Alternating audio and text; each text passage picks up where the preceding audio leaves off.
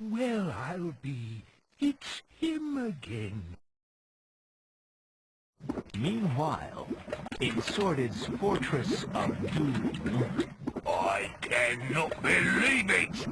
What's wrong, oh magnificent one? That infernal wardrobe has appeared somewhere else.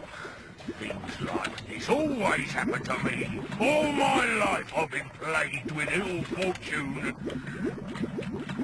It all started when I was a baby. And my father used to... Master! Yeah?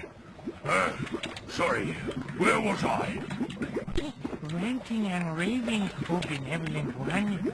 Oh, yeah. Send the golems to go and get him. They're gargoyles, oh all-knowing one. Golems, gargoyles, same difference. No, master.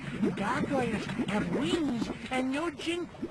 Just get on with it, will you? Yes, oh patient one. I'll get you, boy.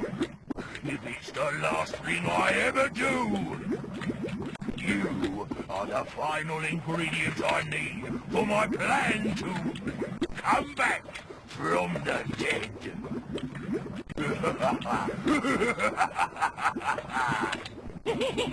Master.